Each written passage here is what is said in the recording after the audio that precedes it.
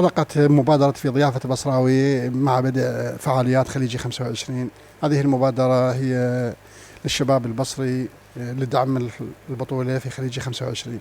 طبعا مثل ما تعرفون أن الشباب البصري بادر بإطلاق هذه المبادرة بوقت مبكر حرصا منه على إنجاح هذه البطولة.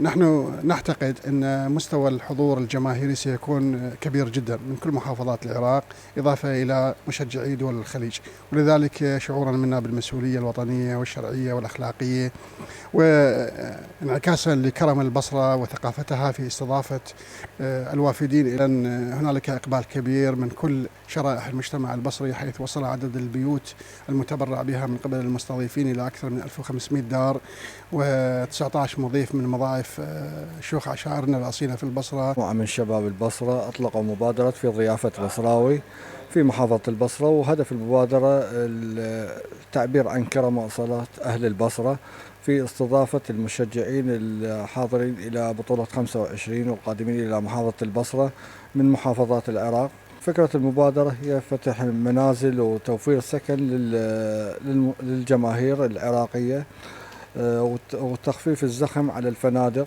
الحمد لله يعني شفنا إقبال كبير من المواطنين على فتح منازلهم، ووصلنا إلى عدد أكثر من 1500 منزل، وقابل السيد وزير الشباب والرياضة ويعني ودعم فكرة المبادرة وتشجيع الشباب على مبادرة